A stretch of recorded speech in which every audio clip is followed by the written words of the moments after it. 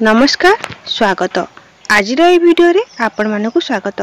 आज वीडियो आमे जानिबा समान गोत्र रे विवाह कले कौन असुविधा होता है।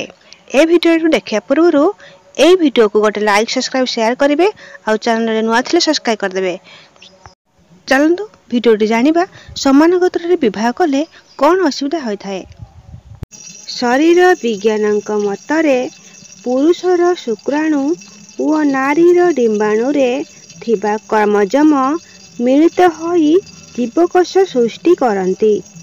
एही जीवकोशटी मार गर्भरे बड़ होई एक पूर्णांग शिशुरे परिणत हुए।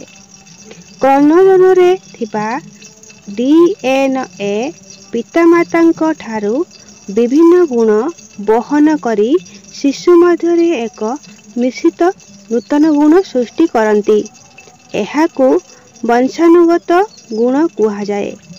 एहा फलरे वंशानुगत रोग हुए, यथा पितामातांक ठारू कहार श्वास पागलामी किंबा अन्य कोनोसी रोग थिले ताहा संतान मानंक मध्यरे हेबार संभावना थाए।